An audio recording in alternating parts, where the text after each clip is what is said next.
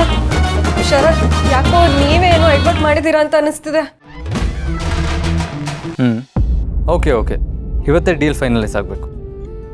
ಅದೇನೇನು formalities ಇದೆಯೋ ಅದನ್ನೆಲ್ಲ complete ಮಾಡಿಬಿಡಿ. ಯಾ ಸರಿ ನೋ ವರೀಸ್. ಬಾಸು,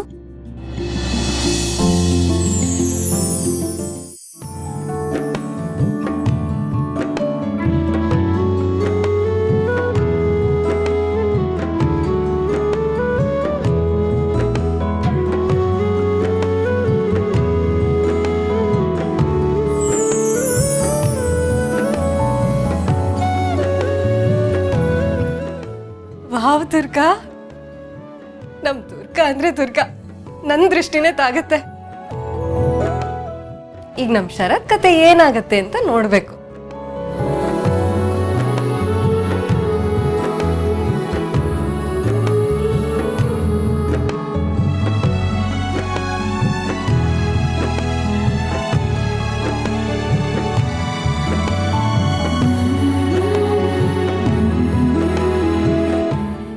ಬಾಸು,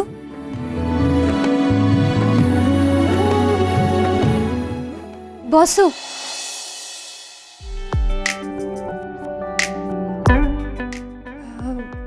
ಈ ಸೀರೆಯಲ್ಲಿ ಹೇಗೆ ಕಾಣಿಸ್ತಿದ್ದೀನಿ?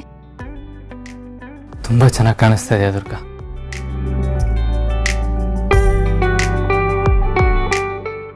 ನಿನ್ನನ್ನು ಬ್ಯೂಟಿಫುಲ್ ಅಂತ ಅಂದವರು ಒಂದ್ಸಲ ಕಣ್ ಚೆಕ್ ಮಾಡಿಸ್ಕೋಬೇಕು.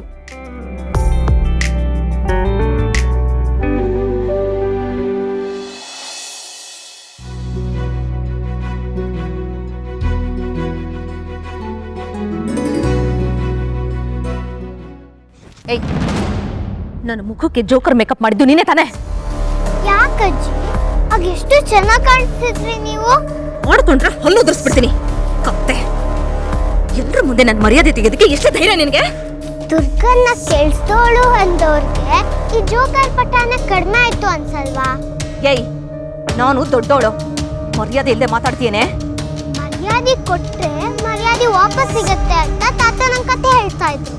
ಏಯ್, ನನ್ನ ಮುಂದೆ ನಿಂತ್ಕೊಂಡು ನನಗೆ ಎದುರು ಉತ್ತರ ಕೊಡ್ತಾ ಇದೀಯಾ?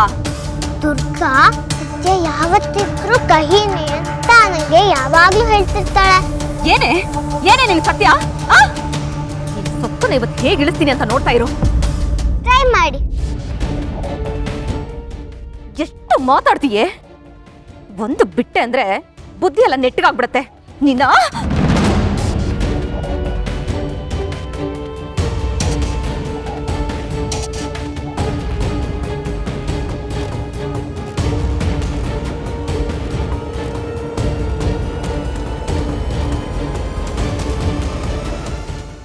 ವಾವ್ ದುರ್ಗಾ, ಎಷ್ಟು ಸೂಪರ್ ಆಗಿ ಕಾಣಿಸ್ತಿದ್ಯಾ.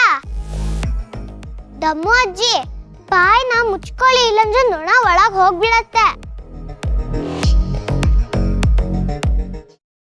ಮೇಡಮ್, ನಾನು ನಿಮ್ಮ ಕೈ ಹಿಡಿಬಾರ್ದಿತ್ತು, ನನ್ನನ್ನು ಕ್ಷಮಿಸಿ. ಆದರೆ ಪುಟ್ಟ ಮಗು ಮೇಲೆ ಈ ಥರ ಕೈ ಮಾಡೋದು ನಿಮಗೆ ಶೋಭೆ ತರಲ್ಲ. ಏಯ್, ನೀನೇನೆ ನನಗೆ ಶೋಭೆ ಬಗ್ಗೆ ಪಾಠ ಮಾಡೋದು? ಇವಳು ನನಗೇನು ಅವಮಾನ ಮಾಡಿದಾಳೆ ಅಂತ ನಿನಗೆ ಗೊತ್ತಾ?